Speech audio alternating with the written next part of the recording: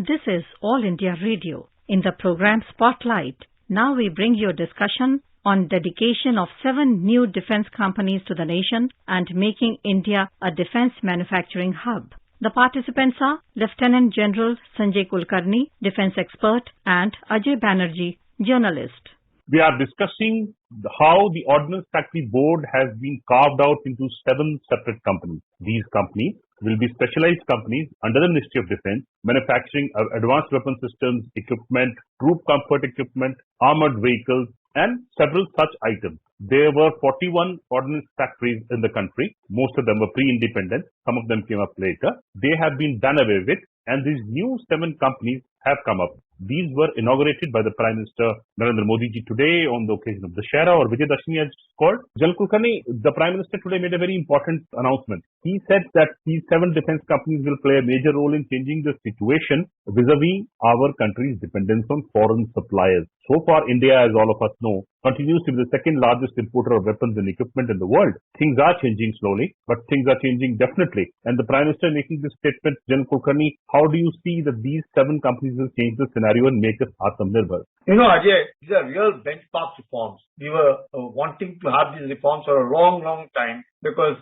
somewhere down the chain, the user had lost confidence in the ordnance factory items being supplied. They were thinking for a very long time that clothing, whether it was their boots or it was weapons or it was ammunition, somewhere there they were feeling that it wasn't coming up to their expectations. Even though the ordnance factories had everything with them, but the product that was coming did not satisfy the user. And what better than what the government has finally done, which probably not anybody for all these years it was required, whether it was the Nair committee, whether it was the Raman Puri, whether it was Shekatkar committee, all of them kept saying corporatize, and finally the government has done 41 ordnance factories into 7 defense PSUs, which is, I look at it as a real turning point, a real benchmark reform with a view to ensure Atmanirbhar in defense. Because ultimately, though we have boots on ground, and now if we all do and get our acts together, we will now have the teeth also. General Kulkarni, as we move on next further, today was a very important day. Today, Dussehra is traditionally considered a day when there is a puja of the weapons and ammunition across the country, as per our historical references also. How do you see it in terms of our situation, our position in the global world? These 7 companies also now have, the second part of the question is the second companies, these 7 companies also have to complete an order of around 65,000 crores, that is almost $9 billion US. General Kulkarni, how do you see these two things? The traditional puja today on Dussehra and these $9 billion worth of orders? Ajay, absolutely right. You know, if I were in the battalion, we would all be doing Shastra Puja today. And that's exactly the day most auspicious. Nothing could be more auspicious than what it is today for inauguration of the 7 defense PSUs. As what you rightly said, we have that advanced weapons and equipment, primarily which should be located in Kanpur, manufacturing small arms for us. Then what better if we can deliver the state-of-the-art small arms? We would require no import of them. And not that we don't have. We have the technology, we have the skilled manpower, we have the money, but all that was required is ensuring the quality. And that is where we feel very strongly that this corporatization will bring the best corporate practices into all these 7 PSUs and therefore deliver all of it. What about imagine the Armored Vehicles Nigam Limited. The Armored Vehicles Nigam Limited, which is amalgamation of 5 odd units, would be located in Chennai. It already has orders of 30,000 crores. Can you imagine? 30,000 crores. Then you have this Gliders India Limited, basically for textiles. Then you have this India Optics Limited, binoculars, all the vision these devices which have to be required to be manufactured with its headquarters, optics in headquarters in Dehradun. They have the munitions, all the ammunition, headquarters Pune. What could be better? Then we have the troop comforts, better equipment from the point of view of your clothing, your boots, all of it which will be coming. You have one of the finest Yantra India Limited with assets of over 10,000 crores in Nagpur, which will be making shells for our artillery. Let me tell you, Ajay, there can be nothing better. We have all of it. All it requires is to just get our acts together, ensure the utilization of the assets that we have, get the bang for the buck that we get, reduce the imports, and also be so self-sufficient in terms of defense equipment that we should be able to export to the tune of not less than $5 to $10 billion. And that is where we would not only become self-reliant, we become exporters, and we would not have to look at any country for any contingency at any time. General Kulkarni, please explain to our listeners that the Ordnance Factory Board, the 41 factories, what were the hindrances to them and what changes now? Does it mean that these 7 new companies will be at a freedom to absorb technology from abroad without getting into the bureaucratic red tape? Will they have greater freedom? How does it change things, sir? Definitely. Now, this is where what you said, Ajay, is the turning point, or I would change the real game changer. Because what happens in a government setup, even though corporatization does not mean privatization. Corporatization also means they're government-owned. They're government-owned defense PSUs. There's no denying. But the freedom that they get, be able to do public-private partnerships, they will be able to get the best of technology from abroad, absorption of the transfer of technology, being able to get into some kind of what could be termed as revamping of the own indigenous research, being able to apply of it, get the best from the world, produce it in India, and ensure that the quality is world class, because they must be made to feel that yes, the things that are now coming from the 7 PSUs actually world class. And that is because of the absorption of technology. And once you absorb technology, we should be able to deliver it well, deliver it in time. Nobody should say there has been an accident because of ammunition, this thing, or weapon did not fire because something went wrong with it. No, not at all. Zero tolerance for any of these things, and absolute, reliable, perfect, state of the art, delivered on time to the people concerned at a cost which, as I see it, definitely will be 50% of the import cost. So the money that we get, the loss of the money that is made, where the capital gets a very small chunk, unfortunately, because the revenue takes a lot, the salary, the pensions, the maintenance takes a lot of money. So if we have left with even 30,000 crores in the capital, and if you were to import worth 30,000 crores, you would get things just about the same amount. But the same 30,000 crores, if you were to put the PSUs and if they were to deliver, you would probably get equipment worth 60,000 crores. That's the way I look at it again. Sir, definitely, as you have pointed out to this absorption of technology, I must remind the listeners that the Hindustan Aeronautics Limited, another public sector undertaking of the Ministry of Defense, has a tie-up to make an engine with a French company, and the Bharat Electronics Limited, another defense ministry company, has a tie-up with another foreign company to make optics and such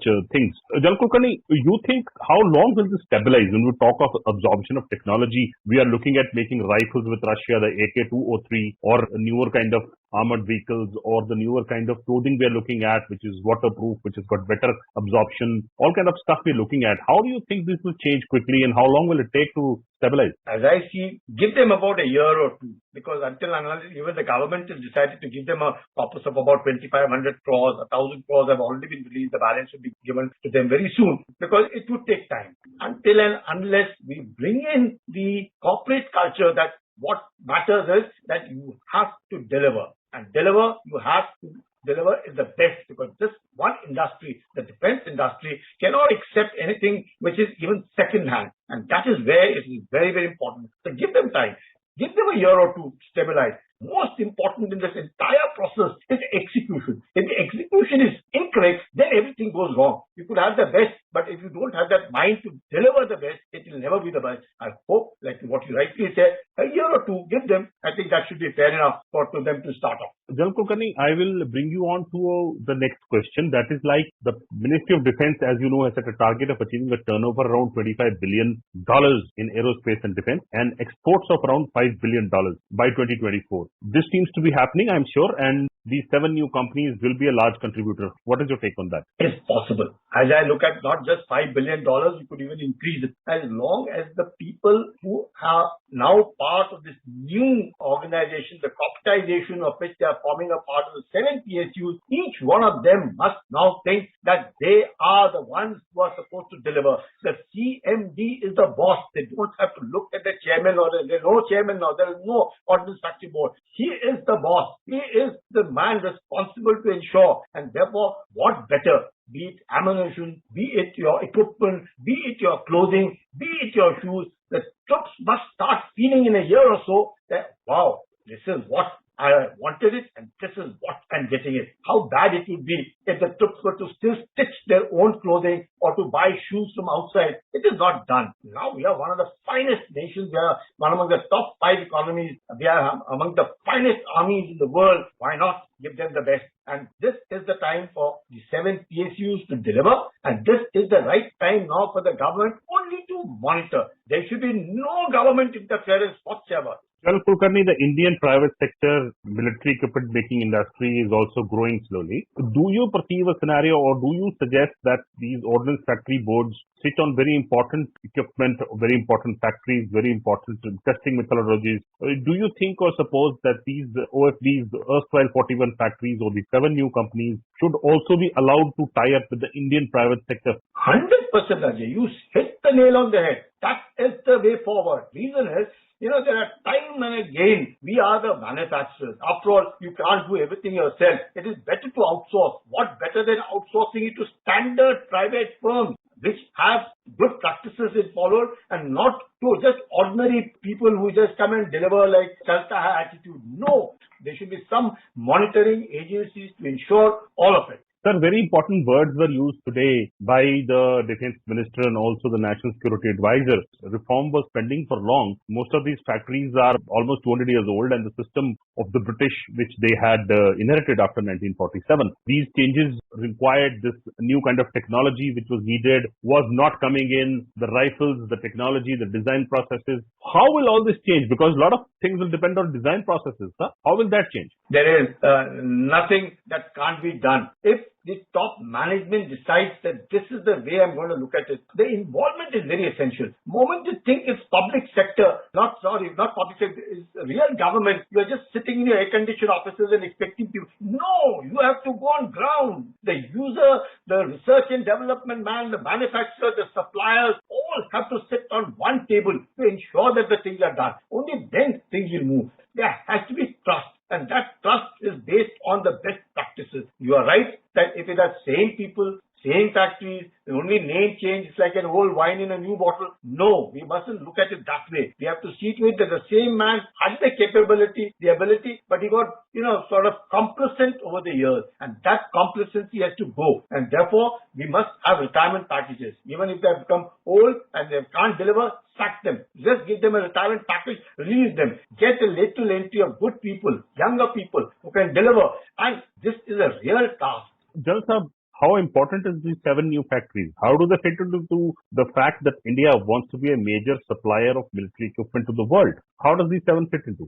7 PSUs, first and foremost, of course, have to meet our own requirements because we must ensure that at least in the next about, I would say, put it this way, that about 5 years, we must be 75% indigenized. Each of them have been clubbed. The 41 factories have been clubbed, and they have been clubbed in such a manner that, of course, they would be at various places, like Kolkata would be manufacturing weapons, so would Kanpur be manufacturing weapons, and so would Trichy be manufacturing weapons. But now they've said that, yes, the advanced weapons and equipment with its location in Kanpur, they will be responsible for manufacturing of small arms. Now, what could be better? Right now, you find that you have import of LMGs, you have import of rifles, you have import of the sniper rifles. So you are importing. So much of import is there. All these imports would have to be done away with because we have a factory, we can have the machineries come to us, we can absorb the technologies, ensure that it is manufactured in India. So this is where I look at it as going to be a game changer.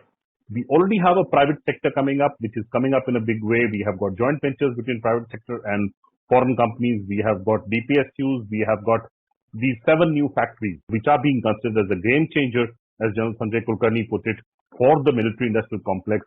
This changes 200 years old of these factories, which were set up by the British, into modern new PSU entities, which will be free to talk to foreign countries, foreign companies, and have new technologies and absorb them. Thank you for speaking to us, General Sanjay Kulkarni. Thank you. You are listening to a discussion on dedication of 7 new defense companies to the nation and making India a defense manufacturing hub. The participants were Lieutenant General Sanjay Kulkarni, defense expert, and Ajay Banerjee, journalist. This program was produced and presented by the News Services Division of All India Radio. You can listen to it on our mobile app, News on AIR. This program is also available on our YouTube channel, News on AIR Official. You may email your opinion about this program at airnsttalks@gmail.com.